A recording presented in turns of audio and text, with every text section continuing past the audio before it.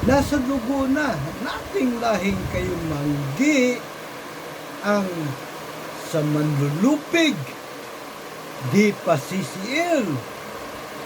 Ang siste, nasa dugo din ng mangilan-ilan nating mga kalahi ang pagiging anay sa hanay. Ang kahindik-hindik na tanong na nagmamakaawa para ating itanong sa ating mga sarili, papaano nga ba nakipaglaban ang mga nauna sa ating hanay ng puwersa 99.9% it's sa puwera, at bakit wala nangyari?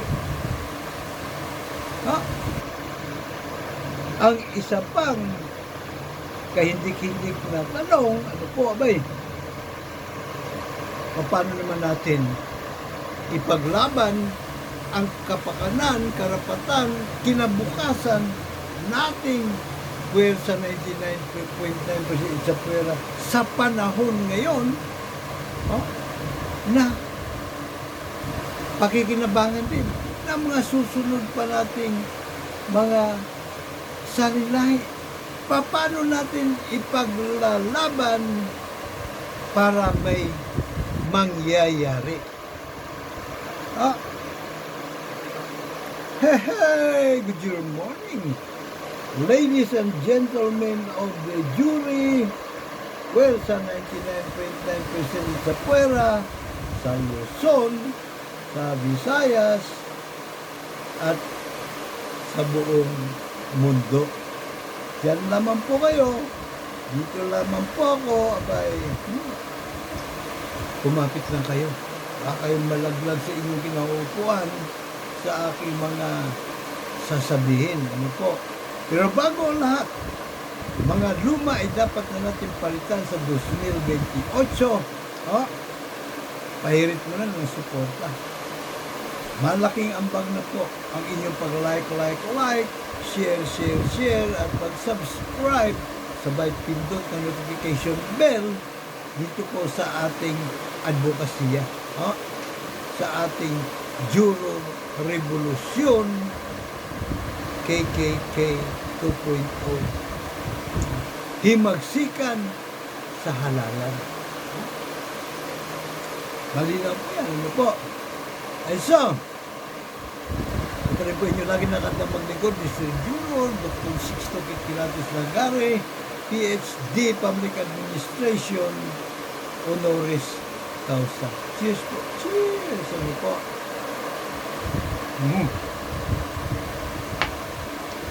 Paano? Simulan na natin ang balitaktakan. Ano po? 333 anyos ang paghari-harian ng mga Kastila sa ating lupang hinirang. Ano po? Bagaman ang ating pong mga ninuno noon ay ni katiting ni isang karapatan, wala sila diba? Kasi ang uso po nung araw, diba? Divine right to rule ng king, ng naghahari-harian. Hindi mo po pwedeng questionin. Pag question mo, sabi ng mga obispo, ay bay, para mo na rin kinu-question ang Panginoong Hesukristo. Kaya sumunod ka na lang. Pabirang pati sa mga. But anyway, dahil nga nasa dugo po natin, nananalaytay sa ating mga ugatan po, ang sa manlulupig ay hindi pasisiil. Samot-sari pong grupo ang umusbong noon. Well, hindi naman siguro, hindi, iba, magkakasabay din kasi iba't ibang mga probinsya diba? Hindi po sila nagpabaya ang ating mga ninuno. Yun nga lang, ano ba naman ang panlaban ng ating mga ninuno noon? Sabi nga ni Yoyoy Budemi, bolos and spears versus guns and cannons. So, laging bandilang kapos. Hanggang sa isinilang sa mundong ibabaw sa ating lupang hinirang sina Gat Jose Rizal, Gat Andres Bonifacio, no? At maraming iba pa. Sina Ladislao Diwa, hindi ko masyadong natatandaan eh. Yung pong mga kasama ni Gat Andres Bonifacio, no po. Well, anyway, alam naman po natin si Gat Jose Rizal medyo liwaliw. O saan nakakarating, ano po.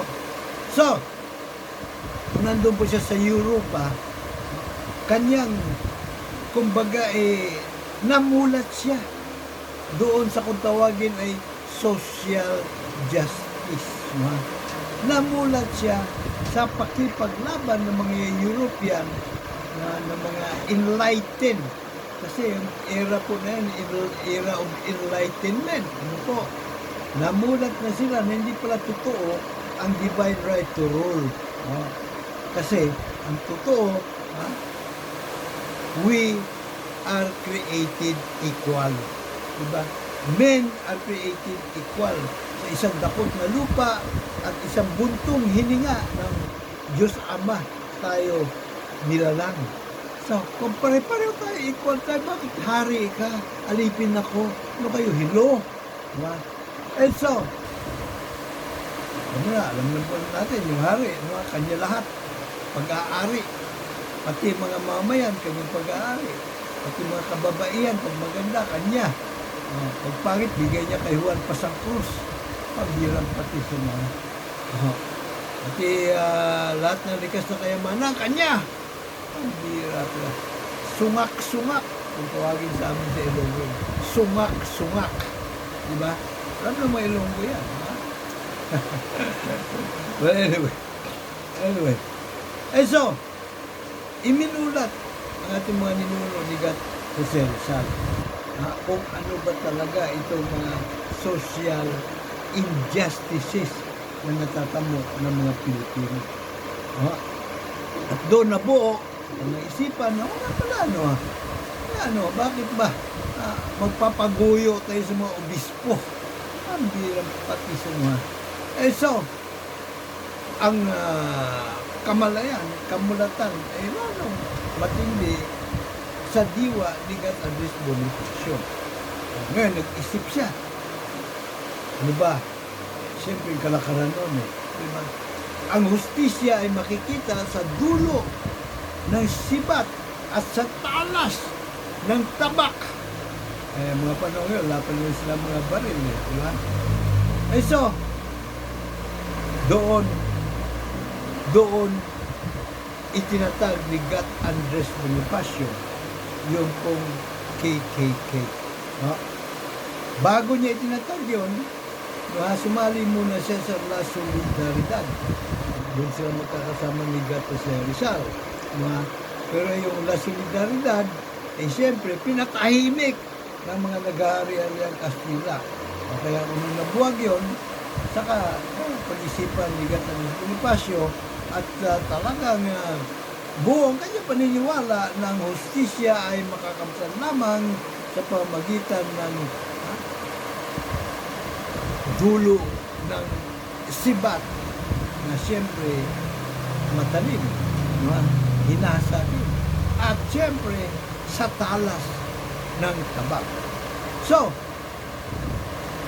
buhis buhay ang kanilang itinatag na KKK ay isang sikretong samahan, grupo, lihim na samahan. Ang layunin po noon ay maghimagsikan gamit ang tabak at sibat. Tuloy mo na. Sinuhulan niya ba ang ating mga ninuno? Malagay rito. Ito, may ayuda para sa inyo. Samahan niyo ako rito sa magsikan. Buwis buhay ito.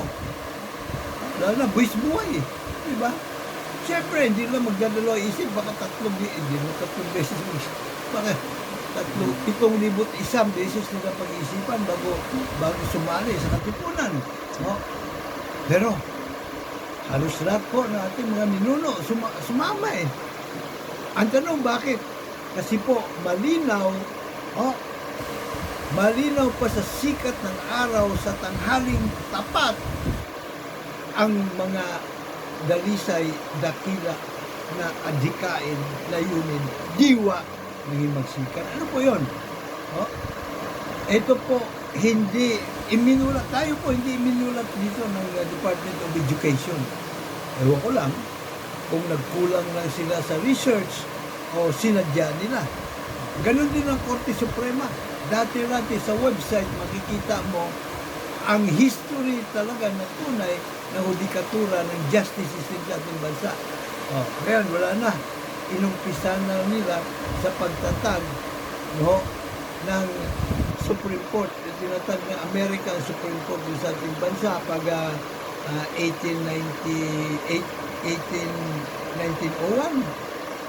Tama, parang June 11, 1901. Opo. At sabi pa ng Korte Suprema, baka man hindi magkarugtong ang pusod ng justice system ng US at ng Real Audiencia de Manila, ang sistema ng kawalan ng katarungan na sinalaksak sa mga ngalangala ng ating mga ninuno, ay dapat ito pa rin ang ating batayan sa pagkukwento kung anong klaseng hustisya meron sa ating bayan. Kumbaga parang niyakap na rin nila, imbis na itapon sa basura yung Real Audiencia de Manila, niyakap nila. Ano ba yung Real Audiencia de Manila? Ang Gobernador General na siyang Chief Executive at Chief Legislator, minsan hindi nga nire-legislate na eh.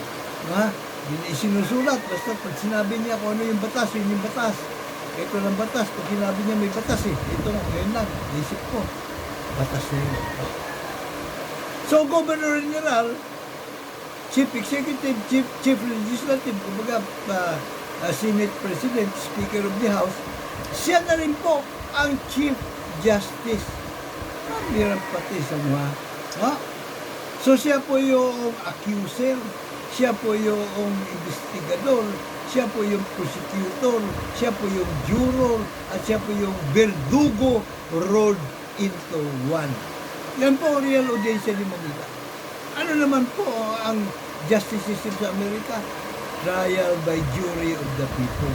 The epitome of democracy. Mga mamayan po, 18 anos pataas, marunong bumasa at sumulat, randomly selected. Ang mga grand juror na kumikilatis kung may probable cause o wala. At kapag nakakitaan ng probable cause, maghahain ng indictment ang grand jury, ibabato sa trial jury. Ang grand jury, 23 na tao, 12 boto ang kinakailangan for indictment or clean bill. Ano po? Swelto. Ang trial jury naman, 12 katao, randomly selected. Sa unang sigwada. Pagkatapos sasarain ng judge, ng prosecutor at defense lawyer, para yung mapili nilang 12, abay, paano sigurado sila na walang bias, pabor o kontra sa magkabilang panig. Sapagkat lahat naman po tayo may bias eh. Diba? O halimbawa, ang akusado, kabit mo. Diba? Alangan namang wala kang bias pabor dun sa akusado. Diba? Ang akusado ay bagman mo. Sa DPWH. Tapos ikaw ay isa sa mga juror. Siyempre, may bias ka na pabor doon. Diba?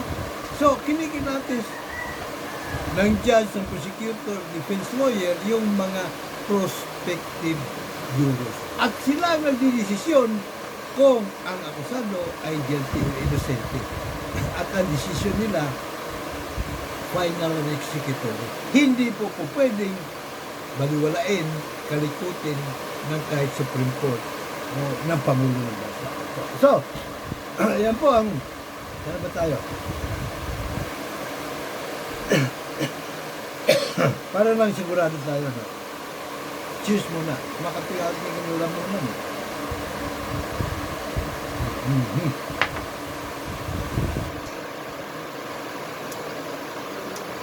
So again, malinaw po ang adhikain, dalisay at dakila ng Katipunan. Magtatag ng malayang bayan na demokrasya ala Amerika, complete with sangguniang bayan. Sinasangguni ng mga opisyal ang mga mamayan. Kung tawagin sa Amerika, ang prosesong yan ay town hall meeting. Ano po? Sinasangguni kung ano yung mga batas na kailangan dapat na ipairal at kung ano yung mga pagawain bayan na bibigyan ng prioridad. No? At pangatlo, powered by hukumang balangay. Ano yung hukumang balangay? Ito po yung hukumang trial by jury of the Council of Elders na malamang kinupya na ating mga ninuno panahon pa nila Lapu-Lapu bago tayo nasakop ng mga Kastila sa Magna Carta of 1215 England. 63 na mga litanya ng mga karapatan. No po? Kaya nga, Magna Carta The Great Charter of Freedom. 63. Pero isa po doon ang susi para lahat ng mga karapatan ay huwag malabag. Yun po ay Artikulo 39. No?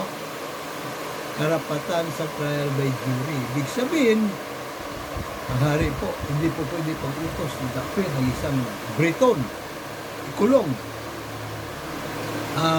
embarguin ng mga ari-arian, ano po, pugutan ng ulo, parusahan na po ano-ano pa parusa, kung walang hatol ang jury of peers, yung kapwa niya, na randomly selected, na huhusga sa akusasyon laban sa kanya. Ano po?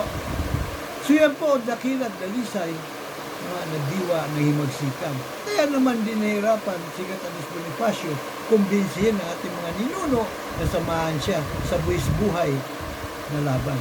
At yung kanila pong tagumpay ay kahit papano, natatamasa po natin ngayon. Huwad man ang demokrasya meron tayo, pero kahit papano, demokrasya pa rin, kahit huwad po. At dapat sa mamanayan ng susunod sa sarili lahi. Ano po? Hindi pansarili lamang nila. Iyon ay pang-till His kingdom come na patakaran dapat ipairal sa ating bayan pagkatapos ng mga Kastila. Ano po nangyari? Abay, nagtagumpay po ang mga traidor at kawatan. Pinaslang nila si Andres Bonifacio ng Campo Aguinaldo. Ano po? At hindi lang si Andres Bonifacio ang kanilang pinaslang. Pati na po yung pangarap nila na makatarungan at makatawag dito. So, pansinin po ninyo, sa Bill of Rights ng 1898, Malulos Constitution, hindi kasama ang karapatan sa trial by jury, which is kambal tuko ng democracy at the epitome of democracy.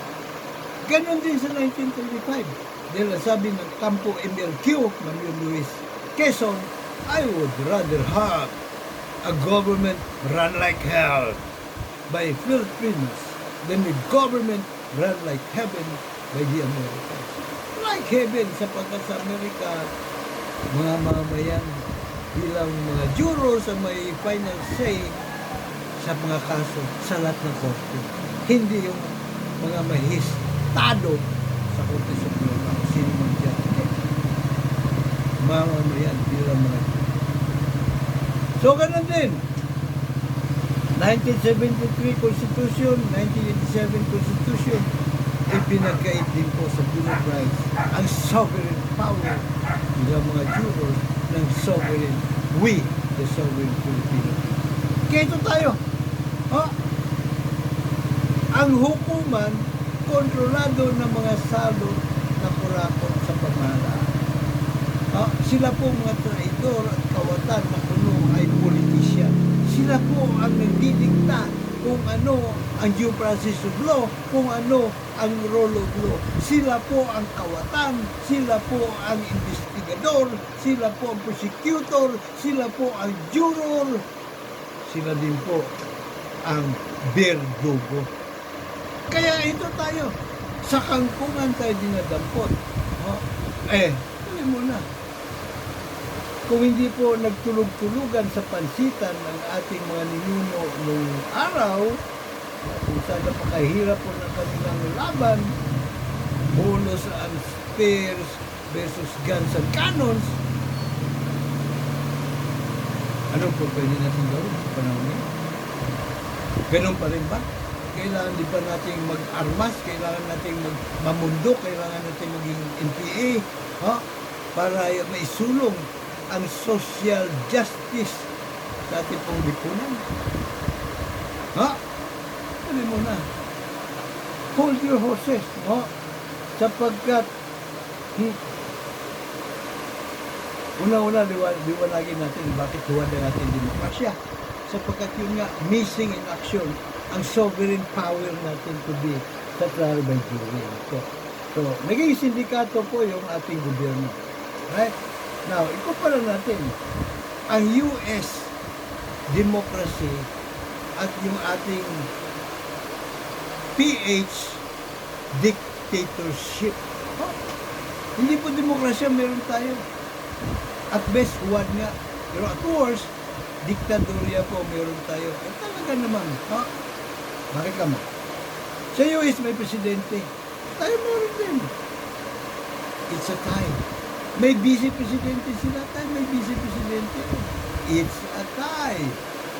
Sila po ay merong bicameral legislature.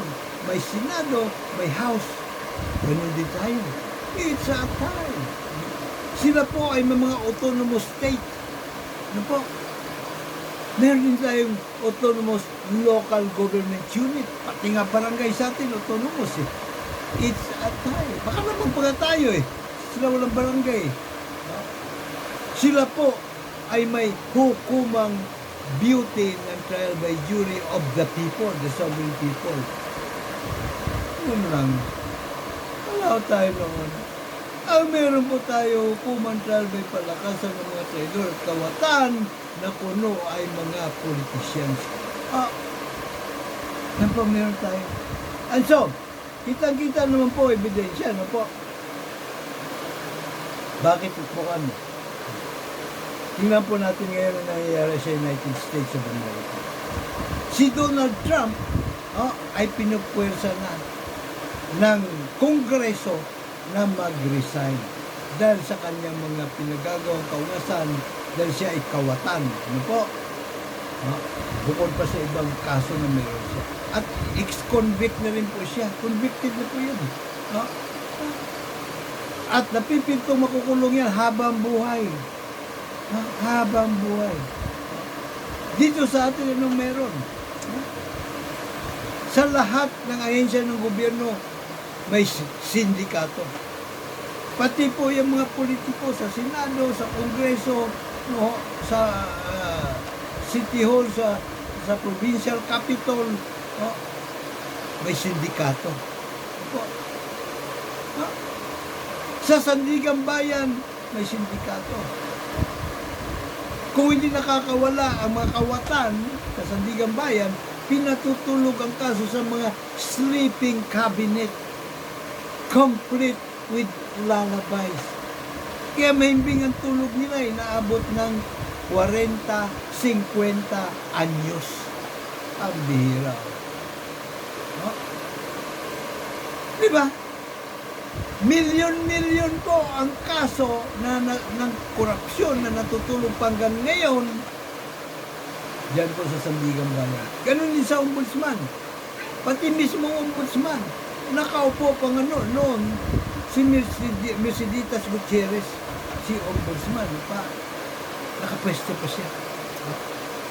Noong nag-file ng MR, ito pong si Joel Villanueva, yung kawatang senador, binulag siya. Hindi pinarating sa kanya.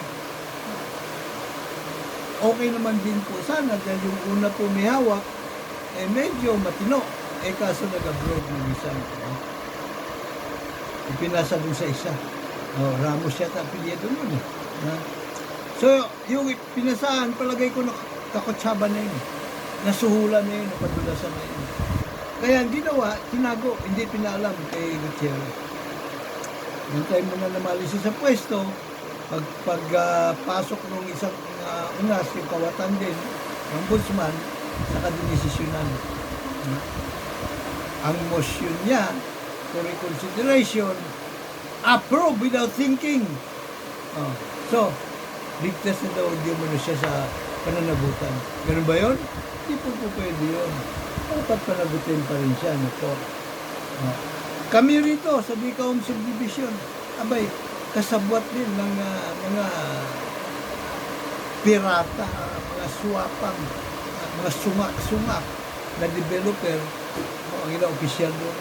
Kaya kahit na yung mga incorporator sa mga peke na homeowners, hindi nga, ni-anino nila, wala rito eh. Diba? Nirehistro.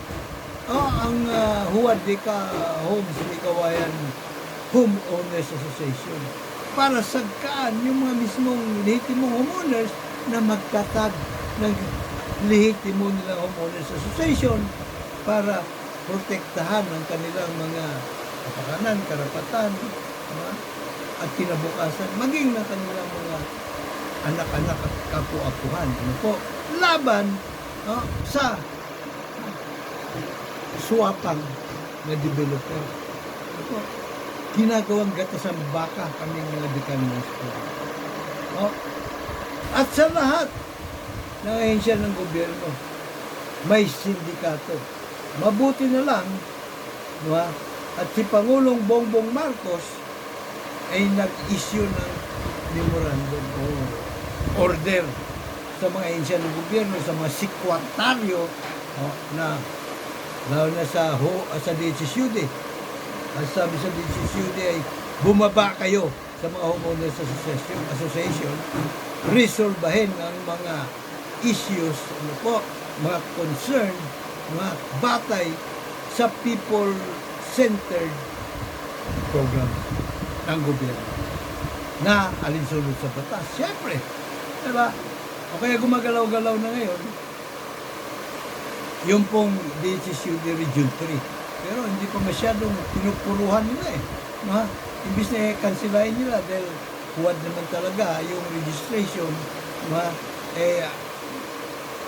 yung pong sinumiti nilang Certificate of Incorporation,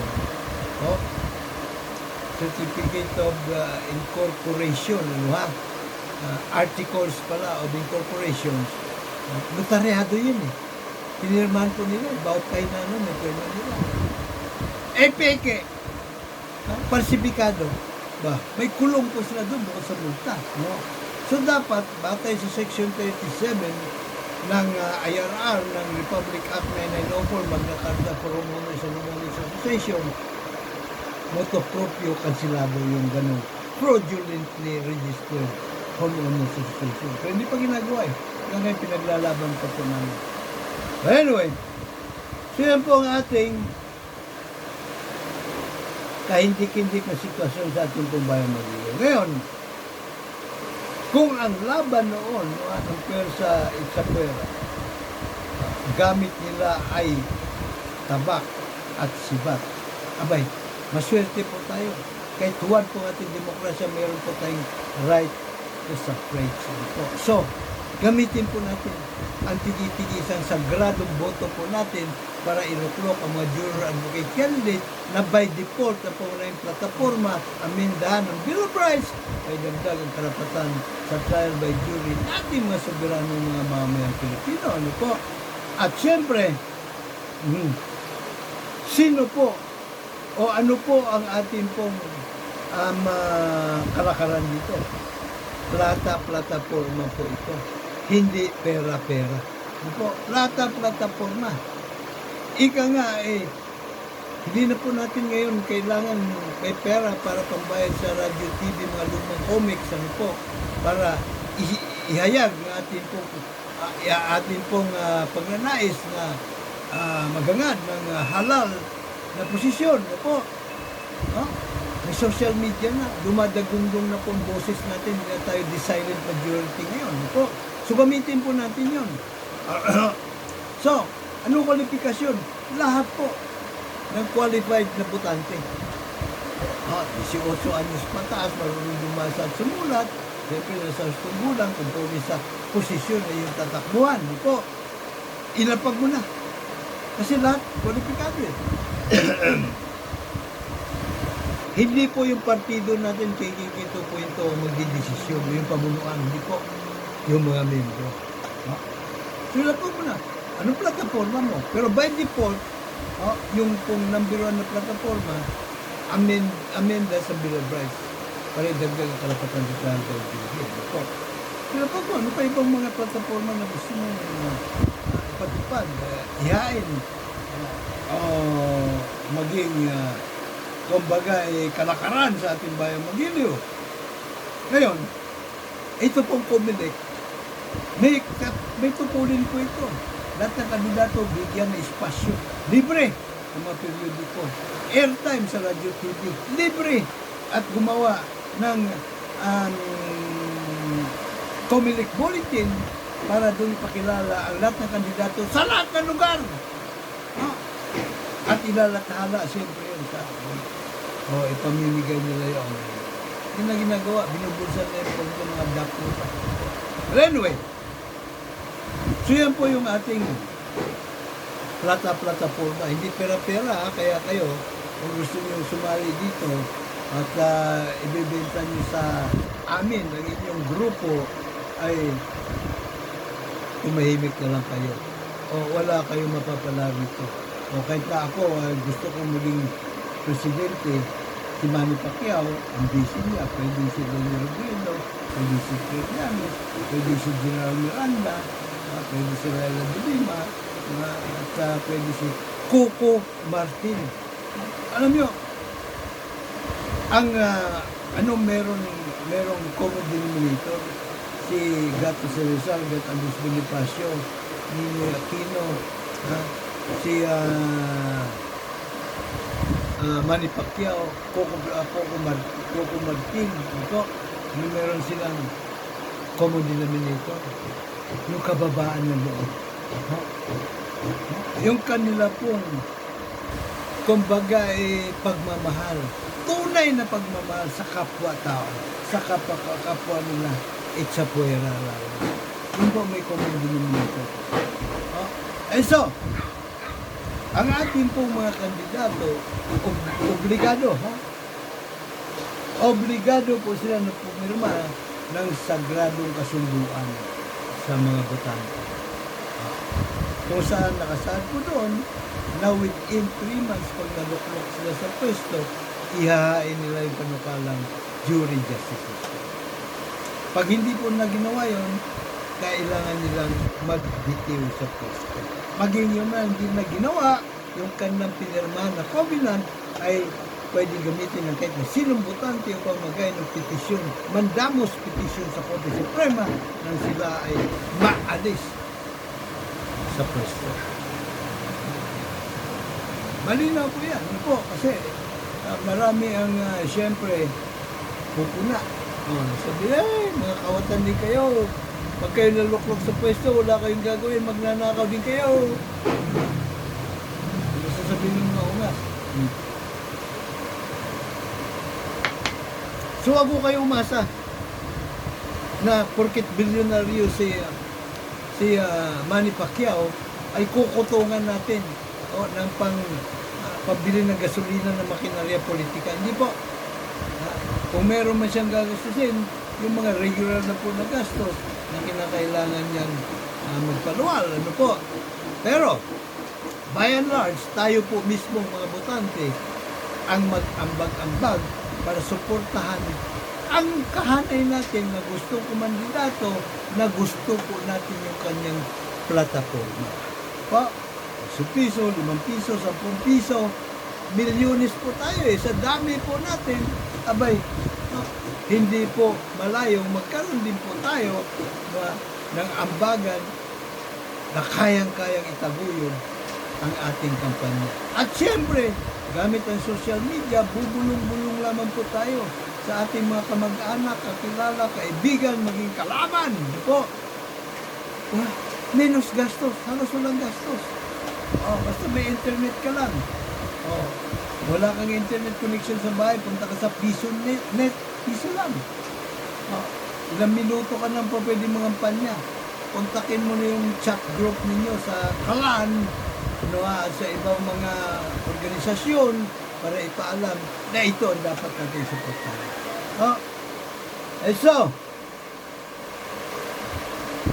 kung meron pa po kayong gustong malaman, gustong liwanagin, ilapag nyo lang po sa komento. Mag-komento lamang kayo. Ano po? At syempre, again, good morning dyan kay Yusek Ed Minyalak. Ano po? At sa lahat ng mga nagtatanong, gusto malaman, ano ba itong partido KKK 2.0 Demokratiko Puwersa 99.9% it's a puwera na platapormang politika. Ito na po yun.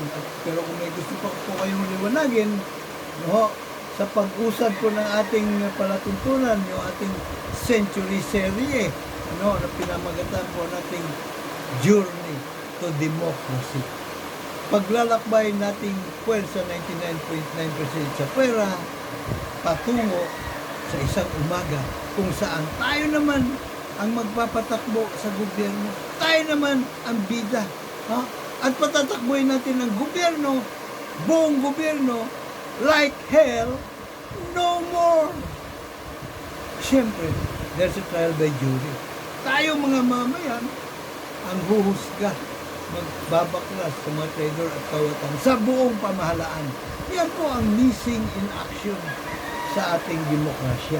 Oh, kaya itong mga umihingi po sa inyong boto sa 2028, oh, kung hindi man sila kapartido, abay, hanapan niyo sila ng konkretong plataforma para korupsyon matuldukan. Oh, kung wala silang plataforma, ay malamang naman yung mga taga-oposisyon, taga-administrasyon, wala. Ang meron lang sila, ayuda. Ha? Pagsuhol. Abay, pulsan niyo yung suhol. Kung yung boto nyo, ilaan sa mga juror advocate candidate. Maliwanag. Ha? So, maraming salamat. Salamat po sa inyong panonood, sa inyong panahon po. At nawa ay may natutunan po kayo sa aking mga sentido komon na inilalapag ko ngayon. Ito, ano akong bakit huwad ang ating demokrasya at kung paano po natin ito magagawan tunay sa pamagitan ng journey to democracy. Natin paglalakbay ang ating pong sasakyan, no? Ay ang Juror KKK 2.0 Revolution. Ito po yung ating bihikulo. No? Magbibigay pugay na rin po ito. Huli man daw at magaling. No? May hahabol pa rin. Sa ating pong mga ninuno na talaga na mga ultimo sakripisyo ang kanila pong inilapag para sa ating kapakanan, karapatan at kinabukasan. Mr. Juror po, Dr. Sixto Kitkilates Lagare, PhD Public Administration Honoris Causa. Dapat lang! Juror. May God bless us all. May God bless Philippines.